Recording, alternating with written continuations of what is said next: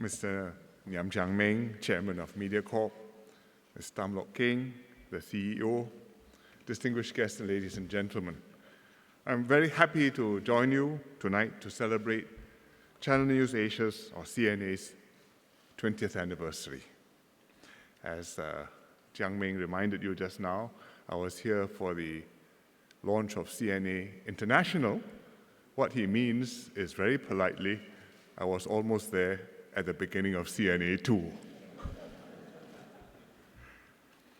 20 years ago, when CNA was first launched, Channel News Asia was first launched, it was a completely different world. International news broadcasting was dominated by the BBC and CNN, who typically presented news from a Western perspective. They didn't always cover news in Asia comprehensively, and when they did, they often failed to capture the viewpoints and assessments relevant to our regional context. And this was evident in their coverage of the Asian financial crisis in 1997 and 1998. So in the aftermath of that crisis, we saw an opportunity for the Television Corporation of Singapore, or TCS, to set up its own dedicated news broadcast station that would provide Singaporeans with accurate and real-time news both locally and on the region. As Mr. Giorgio, who was then the minister, put it, such a news channel would reflect a different set of nuances and subtleties in its coverage, which Asian viewers would appreciate. Channel News Asia's launch was a success. Within a year, TCS decided that CNA had the potential to go beyond Singapore and become a news broadcaster for the region. Thus, it formed CNA International to venture into the regional market. This was a bold move. The regional market indeed had potential with a young and increasingly educated viewership. But it was also very diverse, with each country having its own language and culture. And CNA International would have to go head-to-head, with established local news channels in these countries and be conscious of their unique domestic and political sensitivities. Looking back, CNA has met many of its initial objectives. Today, you are the go-to channel for key news events in Asia. For instance, during the recent Trump-Kim summit in Singapore, and you certainly do not lose out to BBC or CNN when covering regional news. You've become a leading regional broadcaster, reaching more than 80 million households in 29 territories and winning over 220 international awards just in the last decade. Within Singapore, you have enabled TCS, now MediaCorp, to organize and focus their news operations under a reputable and valuable brand. But as we all know, the news media industry has changed fundamentally, and there are severe challenges ahead. The competition has intensified. With Asia's growing role in world affairs, established news broadcasters like the BBC and CNN are opening more bureaus in the region. Regional news networks like Al Jazeera and China's CGTN now compete to establish themselves as the premier Asian news network. And even tech companies like Amazon, Netflix, and Baidu are venturing into information programs. How audiences consume news has also completely changed. 20 years ago, people would read the newspaper in the morning for news from the preceding day and watch the evening news broadcast on TV for an update on the day's events. Today, however, with social media and the internet, we consume news in real time across multiple channels and platforms. On smartphones, on social media feeds like Facebook and Twitter, or on messaging platforms like WhatsApp or WeChat, Weixin, reading it in text form or watching video clips. We rely much less on news bulletins that feed us news in a digest form at a fixed time, instead consuming news on demand, anytime, anywhere. Traditional news broadcasters have no choice but to adapt and to adapt quickly. Fortunately, CNA has been making changes to its modus operandi over the years. You've already transformed yourself from a single-channel television broadcaster to a multi-platform digital news source, including television and online. And as Mr. Nyam just announced, soon on radio too.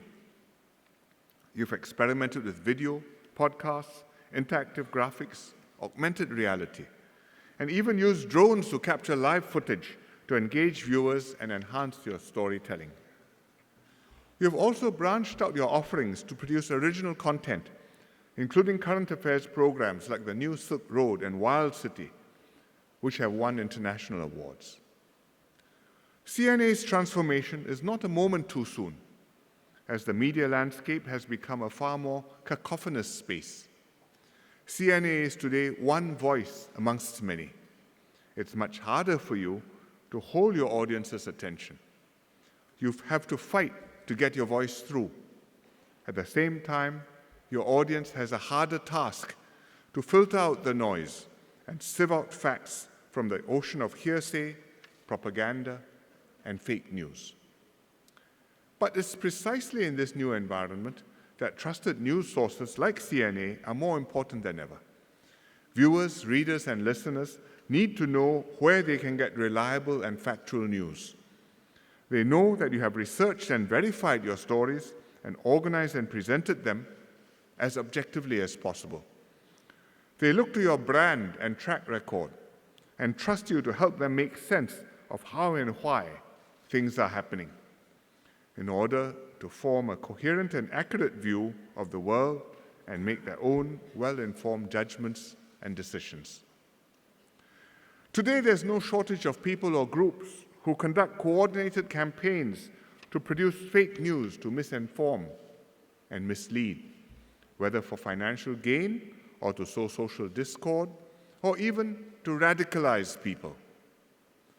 Social media platforms propagate such fake news together with factual stories and are either unwilling or unable to take action to block the misinformation. And this has become a serious problem for many countries. Many governments are studying this closely and deciding what measures to take in order to prevent fake news from undermining trust and confidence in institutions and spreading hate and disharmony in society while maintaining a balance with freedom of expression. For example, the US has held hearings to investigate how social media platforms like Facebook were used to influence the 2016 presidential elections. Just last July, the UK Parliament convened an inquiry into fake news. And the French, too, have passed a law to allow their judges to order the immediate removal of fake news from the internet during election campaigns. In Singapore, we convened a select committee on deliberate online falsehoods to better understand and deal with the threat. We are particularly vulnerable. We are open and English-speaking. Our mobile and internet penetration rate is high, and being a multiracial and multi-ethnic society, we have enduring fault lines that can be easily exploited. If we don't protect ourselves, hostile parties will find it a simple matter to turn different groups against one another and cause disorder in our society. This select committee made several practical recommendations for government, companies, individuals, and society to work together to fortify our defenses. And the government has accepted the select committee's proposals, including to pass legislation to tackle this problem. And on Monday, we will be introducing in Parliament the Protection from Online Falsehoods and Manipulation Bill for the first reading. This bill will give government the power to hold online news sources and platforms accountable if they proliferate deliberate online falsehoods. And it includes requiring them to show corrections or display warnings about online falsehoods so that readers or viewers can see all sides and make up their own minds about the matter. In extreme and urgent cases, the legislation will also require online news sources to take down fake news before irreparable damage is done. But legislation alone is not enough. It has to be supplemented by a citizenry effort, alert to the problem of fake news, well informed of what is happening in the world around them, and provided with a means to make sound assessments of what they read and hear. It's no different from our approach to preventing crime. We have strict laws against crime, which are strictly enforced. But each of us still needs to take our own precautions and be the front line of defense, working with the police to keep Singapore crime-free. And that's why our public education initiatives are important. In school, students are taught information literacy and cyber wellness. The National Library Board provides information literacy tips for students, adults, and seniors. The government has a fact-checking website, Factually, where the public can obtain accurate information on government policies or issues of public interest. And earlier this month, the Media Literacy Council launched a new fact-checking resource, Toolkit, at the annual Better Internet Conference. But spotting fake news is easier said than done. And in general, people are overconfident about their ability to do so. We all think that we are well informed enough, smart enough to know what is real and what is fake, but it is very hard. One recent survey found that 8 in 10 Singaporeans were confident in their ability to identify fake news.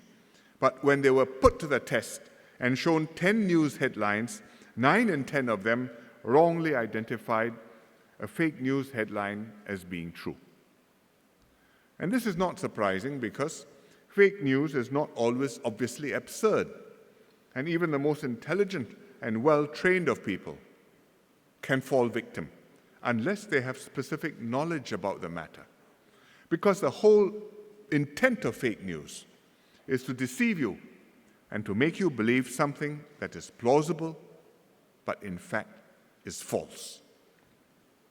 CNA will therefore continue to play a critical role in our society. You've got to continue to upgrade yourself, invest in your people, your journalists, producers, cameramen, and administrators, so that they have the skills to work together to provide a superior news service and support your transformation.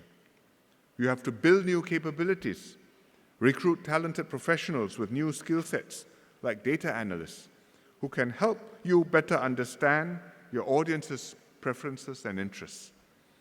And you have to take advantage of Singapore's status as a media and technology hub to maintain links with the media and tech companies here, learn from them, and build partnerships and networks so that you stay always up to date on industry developments.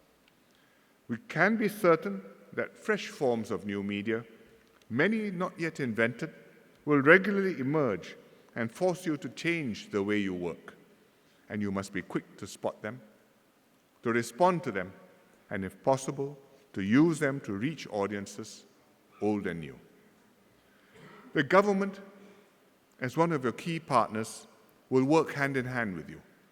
We share an interest in fostering an informed society through quality journalism. We will continue to work with you to promote national and social objectives through our public service broadcast programs. So once again, congratulations, CNA, on your 20th birthday, and I wish you many more successful years ahead. Happy birthday.